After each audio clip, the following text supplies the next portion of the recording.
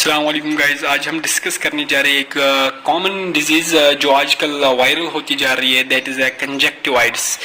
Conjunctivitis को और एक नाम दिया जाता है, दैट इज आई फ्लू, क्योंकि ये वायरल की तरह फैल रही है। और एक नाम दिया जाता है, दैट इज पिंक आई। ये कंजक्टिवाइटिस क्या है, आज हम यही डिस्कस करेंगे और इसका ट्रीटमेंट डिस्कस करेंगे। अगर कंजक्टिवाइटिस होगा तो कैसे इसको ट्रीट किया जाए। तो सबसे पहले देखिए ये कंजक्टिवाइटिस होता क्या है।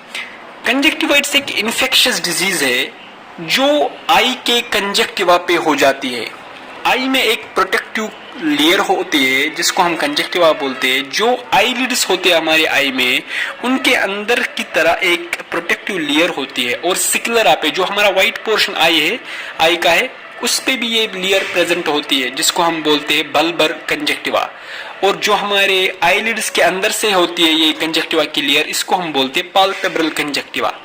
तो कंजक्टिवा दो टाइप्स के होते हैं, एक होते हैं पाल्पेब्रल, एक होता है बल्बर। ये एक प्रोटेक्टिव लेयर होती है जो हमारी आईलिड्स के अंदर की तरह भी प्रेजेंट होती है और हमारे व्हाइट पोर्शन ऑफ आई जिसको सिक्युलरा बोलते हैं उस पे भी प्रेजेंट होता है। ये एक प्रोटेक्टिव लेयर होती है। तो अगर इसी प्रोटेक्टिव लेयर ऑफ आई जो आईलिड्स के अंदर से होती है, अगर इसी का इन्फेक्शन हो जाता है तो हम इसको कंजक्टिवाइटिस बोलते हैं। और ये कंजक्टिवाइटिस हिंदुस्तान में आजकल वायरल होता जा रहा है। क्यों? कारण एक ही चीज है, that is a rainy season. क्योंकि रेनी सीजन में बैक्टीरियल और वायरल इन्फेक्शन ज्यादा फैलते हैं और कंजक्टिवा ज्यादा इसमें एक्ट हो जाता है, कंजक्टिवा पे ज्यादा एक्ट करता है। That is why today nowadays ये कंजक्टिवाइटिस बहुत ही कॉमन है हिंदुस्तान में।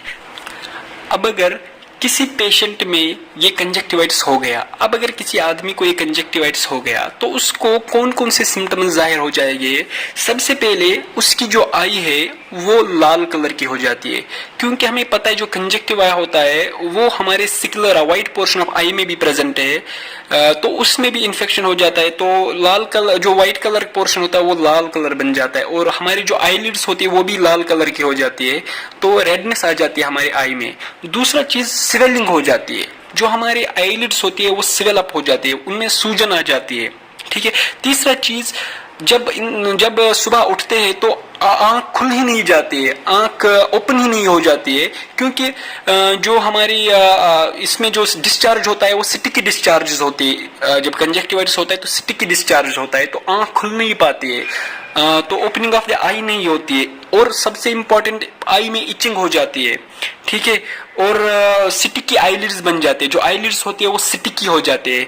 और अगर यही कंजक्टिवाइटिस चिल्ड्रंस में होता है तो उनमें क्या होता है, उनमें फीवर भी पाया जाता है, क्योंकि उनकी जो इम्यूनिटी होती है वो बहुत कम होती है, तो उनमें फीवर भी पाया जाता है। ठीक है।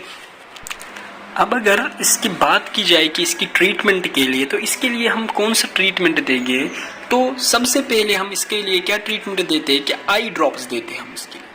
तो आई ड्रॉप्स, कौन से आई ड्रॉप्स देते हैं, जो एंटी माइक्रोबियल या एंटी बैक्टीरियल आई ड्रॉप्स हम देते हैं, जिसमें हम कौन कौन सा देते हैं, या तो हम देते हैं सिप्रोफ्लॉक्सासिन, या देते हैं जेंटामाइसिन, या moxifloxacin. Moxifloxacin is the best I drop for the conjunctivitis.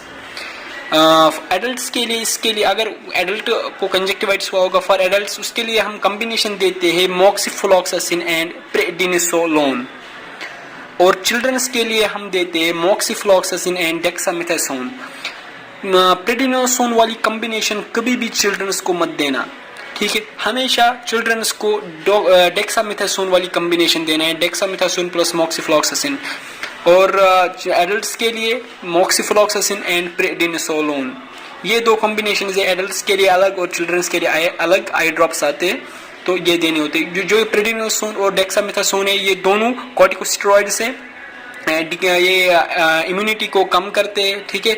तो ये हम इसमें, जिसकी वजह से इन्फ्लेमेशन फिर कम हो जाती है। तो moxifloxacin and prednisone for adults and moxifloxacin and dexamethasone for childrens, ये कॉम्बिनेशन दी जाती है आई ड्रॉप्स में for the treatment of the conjunctivitis.